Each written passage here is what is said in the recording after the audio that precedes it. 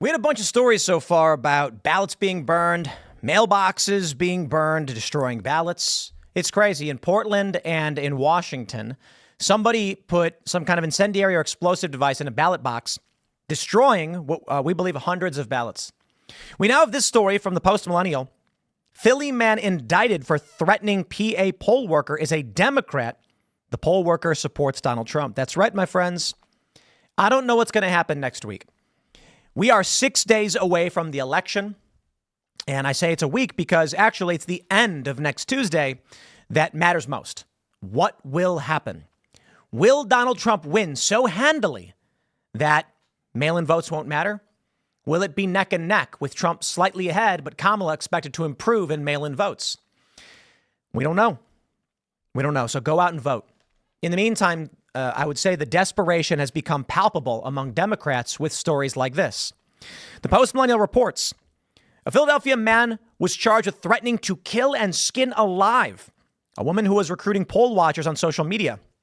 If he's convicted, John Pollard will face 5 years in prison. Pollard made the threats when responding to a social media post made by a woman who was seeking poll watchers. In her ask, she had shared her email and phone number. The woman Pollard threatened was a Trump supporter, and Pollard is a Democrat. Pollard reached out to her saying he was interested in being a poll watcher. When she didn't respond within 9 minutes, he said, "Woo, I'm not going to read this one," but he threatened her life if you don't answer. A few seconds later, he sent the message, "Your days are numbered," expletive.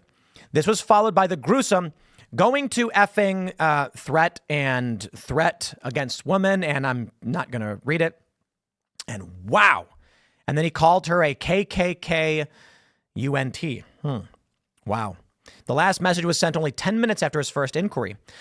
The Post-Millennial spoke to Linda Kearns, who heads up the Republican National Committee's Election Integrity Council for the Commonwealth of Pennsylvania. We knew almost right away when the staffer got the message. The reason her cell phone and email address were posted was because the poll workers make themselves so available to these voters, and we have voters constantly calling us, asking us questions. Kearns said, giving credit to the staffers for working so hard to make sure that voters are able to ask questions about polling and the process and have them answered. In this case, Kearns said, someone got a hold of her number, texted her the threats, but he used his own phone. So the staffer called me immediately. Right away, the incident was reported to law enforcement, but they also looked at the phone number itself to try and find out who had sent these vile missives. We immediately found that the name was attached to this number. And using public records, we realized he was a Democrat. We reported all of that to the police. They reported it both to the police on the western side of PA and in the Philadelphia area, as the poll worker is from the West, but the phone number was from Philadelphia. Because it's a presidential election, a federal election, I also called the FBI and advised them that I thought it was election interference. Pollard was later indicted for Kearns leaving out the party affiliations was negligent. The indictment just simply said that a Philadelphia resident was charged for an election-related threat to a state party rep. They completely whitewashed the fact that this person was a Democrat, which is again available by public record, and that they threatened a Republican Party staffer. While Democrats repeatedly speak about their lack of tolerance for political violence, GOP nominee former President Trump has had 2 attempts on his life. So this we understand. Kearns noted every time you turn around, you see people saying, if you don't say Kamala Harris's name right, you're offending her. Whereas we're actually having people get their lives threatened. We're a country of ideas, and we settle things at the ballot box, she said. You win or lose the ballot box. You don't attack people. You attack ideas. I can't say I'm surprised here, especially in PA. Right now in Pennsylvania, Donald Trump is winning. And he's winning by a thin margin, 0.4 in aggregate. And the aggregate's interesting. I don't know how much I care about the polls, to be completely honest, because they swing so wildly. From the 16th of October to the 20th, Harris, according to Bloomberg, is up 2 points. But from the 21st to the 22nd, Trump is up 1 point. 22nd to 26, it's a tie. An insider advantage has 26th to the 27th, with Trump up 1 point. I don't know if it means anything, because these are all different polls at different times, and they have different methodology. I would say the aggregate tends to be the best because what we're looking at is the reasonable assumptions over a month of all these different pollsters, but we don't know. My friends, do not let these people intimidate you. There's already a fear that the burning of ballot boxes is intended to dissuade Republican voters in these liberal areas from voting. They want people to think that if you vote early or vote by mail, your ballot will be destroyed. Well, in this instance, we've got a serious problem. Because I got to tell you, my friends, no matter who did this crime against our election and our democracy, as it were, it's going to sow doubt. If we get more and more of these stories, this is what I fear. In 2020, I'll put it this way. I believe my issue is that I predict things too soon. Too soon. And as of recent, talking about civil war, I've said I don't think it's coming anytime soon. And this is not so much a revision. The potentiality for civil war exists in this country, but it's important to note that in the 1820s, they had been talking about civil war. It took 40 more years before it actually triggered. There was actually a civil war. What I will say is in 2020, my concern was there was going to be violence at voting locations. There was going to be ballots being destroyed and threats and all of these things. And we largely did not see that. We did see shadow campaign. Yeah. And with that, the election was heavily favored by the Democrats. They had the shadow campaign is what they call it, whatever. Time magazine called it a shadow campaign to save the election and help Joe Biden win. I don't know what they're going to do this time around, but it does look desperate. And with desperation now, it may be where we actually start seeing this violence. And again, not a prediction. It's already begun. I mean, we have this threat here, but we also have mailboxes and ballot boxes that have already been destroyed. I hope that's it. I hope it stops. But I got to say, now that we're actually seeing it, I have genuine fears about what we're going to see next Tuesday. Most people, I believe, are going to cast their ballots next Tuesday. This is why Trump and many Republicans are saying, vote early, do it now, because it decentralizes the process. Now, I'm not a fan of early voting. I think voting should be one day. It should be a holiday, paper ballots counted by that one location. I believe there should be 3 people counting all of the ballots. And that's it. There should be a registered Democrat, Republican, and third party or independent. 3 individuals. Now, some people say, oh, yeah, but Tim, if you do that, then what if someone pretends to be a Republican and they're a Democrat? What if someone's a Democrat pretending to be what if Republicans pretend to be a Democrat pretends to be a Republican? I don't know.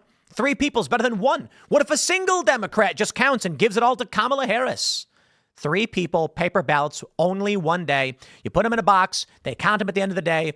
They all agree on what the number is. It's submitted. Decentralized process, sends the number to the top. You get your aggregate number. However, it is fair to say that with this in-person stuff, because I say I'm not for early, the risk is now very great. Something may happen in desperation in key areas. Now, it is still largely a decentralized process. There's no one place you could disrupt that's really going to shut things down.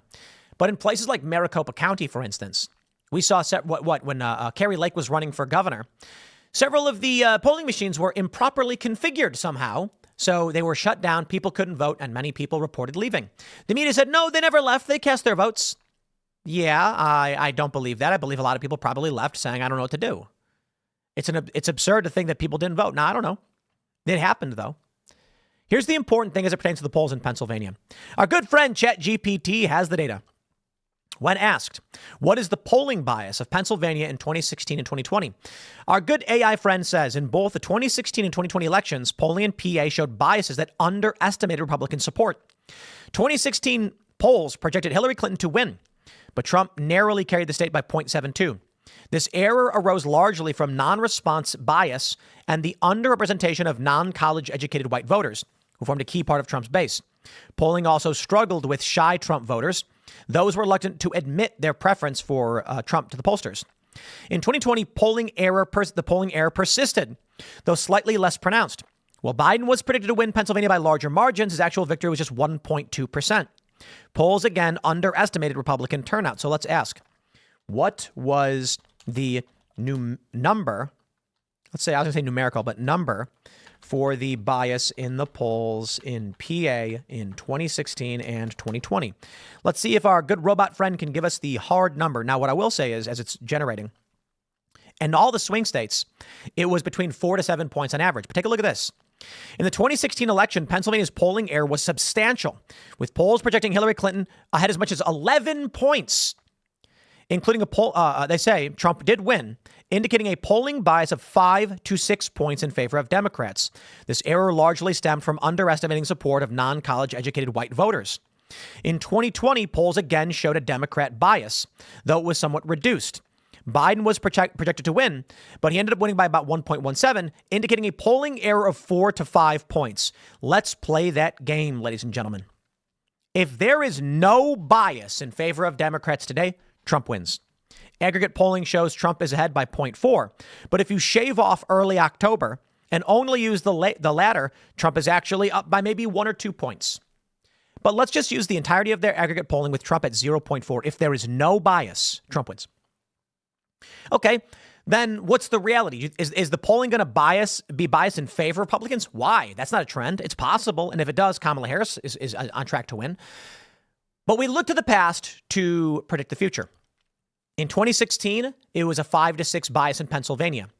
In 2020, it was a 4 to 5 bias in Pennsylvania, indicating that if right now trends follow, it could be a 3 to 4 bias, indicating Trump is ahead by 3+ points. Do not let them intimidate you into not voting. You guys got to go vote. You got to tell your friends and family to vote. Trump must win the popular vote and the Electoral College. Take it all seriously and stay safe. Smash that like button. Share the show with everyone you know. Follow me on X and Instagram at Timcast. Become a member at timcast.com. Next segment's coming up shortly, and we'll see you all then.